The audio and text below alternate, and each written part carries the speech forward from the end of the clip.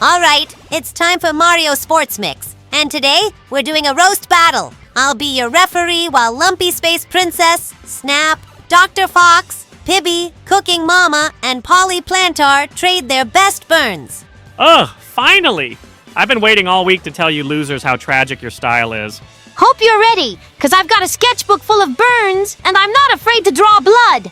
This will be a controlled experiment to test how fast your egos can crumble under pressure. I've survived the apocalypse, so roasting you all is basically light exercise. Today, I'll be serving up hot insults, cooked to perfection, with a side of humiliation. Better watch out, because I roast harder than a gator on a spit in summertime.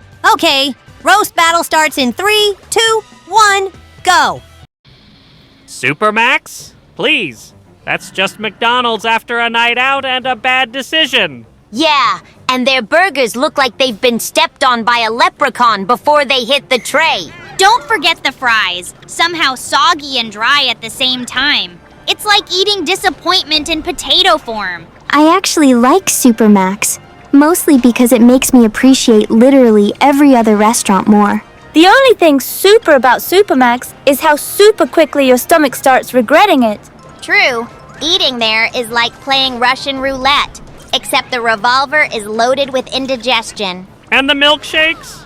More like milk fakes. You can taste the corner cutting in every sip. I swear their chicken nuggets are just breading trying to hide from the law. Supermax is the kind of place where the picture on the menu is catfishing you. Yeah, if the burgers looked like the ads, I'd be their #1 fan. But nope, they look like they just lost a fist fight in the kitchen. At least the staff are fast at telling you they're out of half the menu. Honestly, the best part of Supermax is walking past it on the way to somewhere else. Kohl's? You mean the place where you go in for milk and somehow leave $80 poorer with nothing but snacks?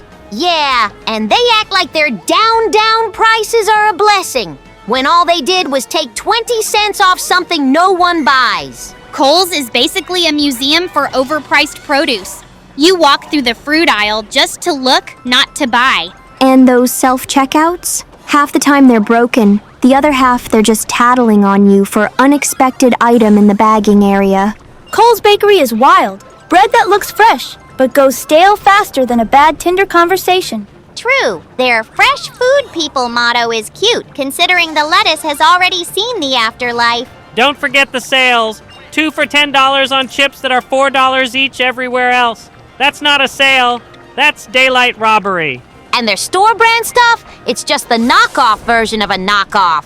Kohl's is basically a place where you shop for groceries and leave with regret, and maybe a Flybuys card you'll never use. Only thing keeping them alive is the fact that Woolies is too busy charging more for the same junk. Going to Kohl's is like gambling. You never know if you're walking into a bargain or bankruptcy.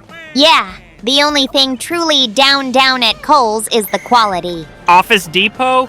You mean that place where pens cost more than a week's worth of groceries? Yeah, and you walk in for a stapler, but somehow they tried to sell you a printer, a chair, and a lifetime supply of paper clips. Half the store is empty shelves, and the other half is overpriced tech from 2014.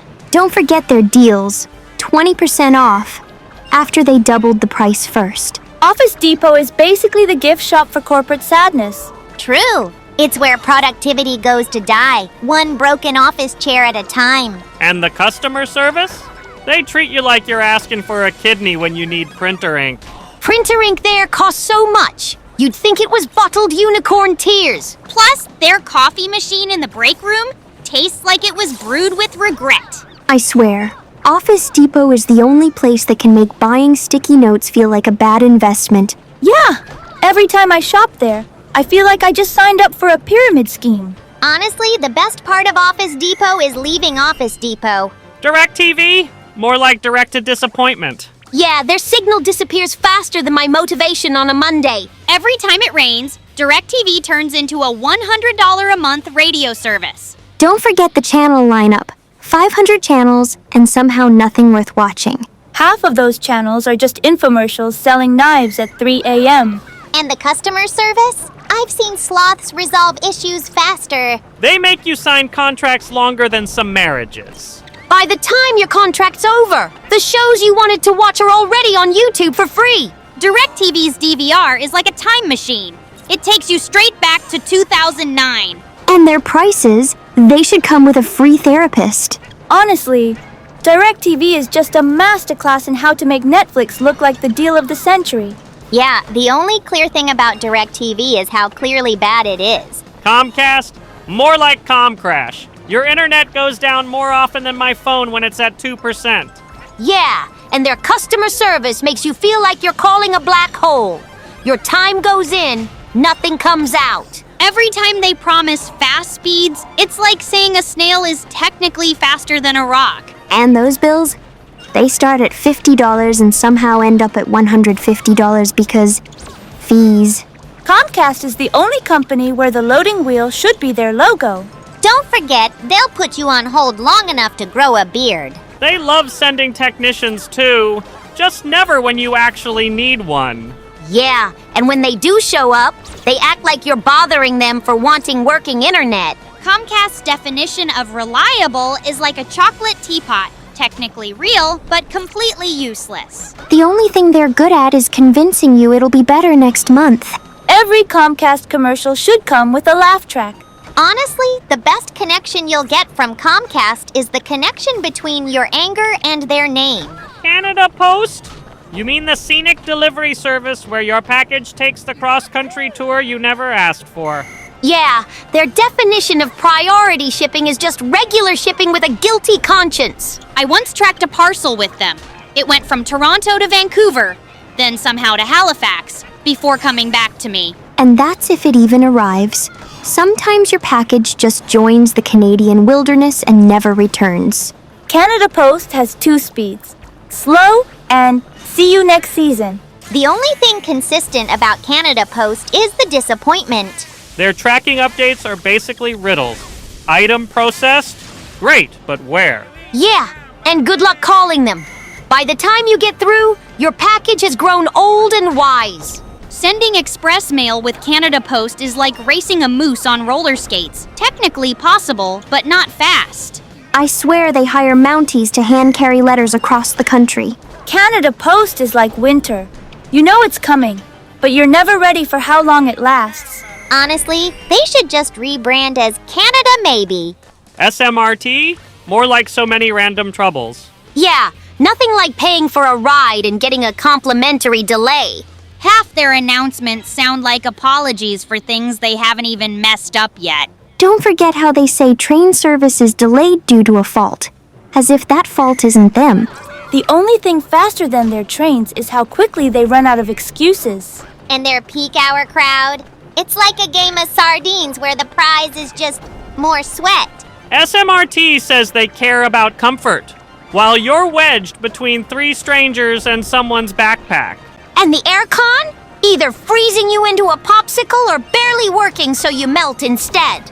Buying an SMRT ticket is like buying a mystery box. Will it be smooth? Will it be chaos? Spin the wheel! At least they're consistent. You can always count on hearing, "We apologize for the inconvenience." If they gave out loyalty points for delays, we'd all be millionaires. SMRT, moving people, eventually. TNGA? Oh, you mean trying not to go anywhere? Yeah, Toyota calls it a platform. I call it a very expensive Lego set for grown-ups. Every time they hype up TNGA, it's just code for, we put the same engine in a slightly prettier shell. Don't forget the marketing. Lower center of gravity. Yeah, so do pancakes, but I'm not driving one to work. Half the cars on TNGA look the same. Just squint and try not to see the badge. And the sporty handling? That's just Toyota speak for we made the steering less boring. Barely. They act like TNGA is a miracle, but it's basically just a platform-sharing group project where everyone copied each other's homework. Yeah, and somehow they still managed to make a Corolla and a Camry drive like they're both doing a Sunday nap. TNGA is proof that Toyota can spend billions and still make a car that looks like a rental. At least it's reliable. Reliable in the same way a toaster is.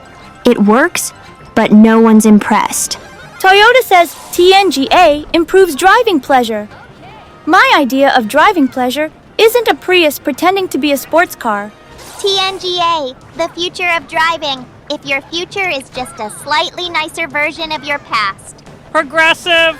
Oh, you mean the company that smiles at you in ads but laughs at you in your premiums? Yeah, they promised savings, but somehow my bill went up faster than gas prices. I called Progressive for a quote once. Turns out quote means financial jump scare.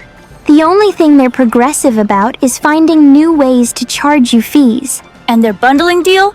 That's just paying too much for two things instead of one. At least Flo is hilarious in commercials, because you'll need a laugh after seeing your renewal notice. They say they'll take care of you after an accident. Yeah, like a dentist with a sledgehammer. Their name your price tool is cute. I named my price, they named it denied. Progressive is basically a subscription to stress. If their customer service was a car, it'd have 3 flat tires and no steering wheel. All right, it looks like Lumpy Space Princess has won the roast battle. Obviously, like, did you hear me? My burns were, like, totally fabulous. Yeah, we get it. You're the queen of drama.